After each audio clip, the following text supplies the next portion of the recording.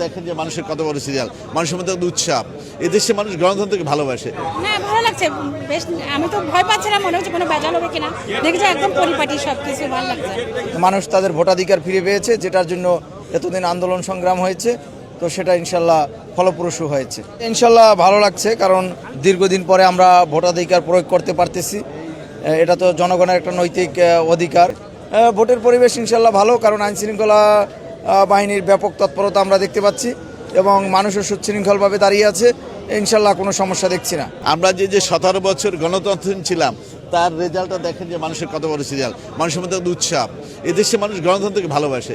Vote যে যার খুশি দেবে, যার যা রোজগার করে শেষে খায়। যেমন ধরেন আমি আমার রোজগার করি, আপনি আপনারটা করে, কেউকে সরকারি রিলিফ খেতে যায় না, কিন্তু মানুষ যেটা চায় তার রাইটটাকে এস্টাবলিশ করতে।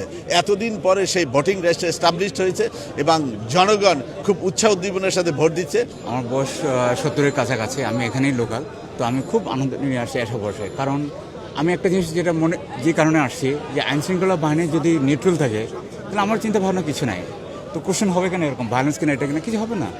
কারণ সবার মধ্যে সেই বিষয় আছে ইনশাল্লাহ, এবং আশা করি সারা দেশে ম্যাক্সিমাম জায়গায় এটা সুন্দরভাবে মানুষ হ্যাপিলি দিতে পারবে। আমার একটা এটা সবকিছু আমার কাছে ভালো লাগছে, স্বাভাবিক লাগছে আর কি। হ্যাঁ, ভালো লাগছে বেশ। আমি তো ভয় পাচ্ছিলাম, মনে হচ্ছে কোনো বেজাল হবে কিনা, দেখছি একদম পরিপাটি সবকিছু, ভালো লাগছে।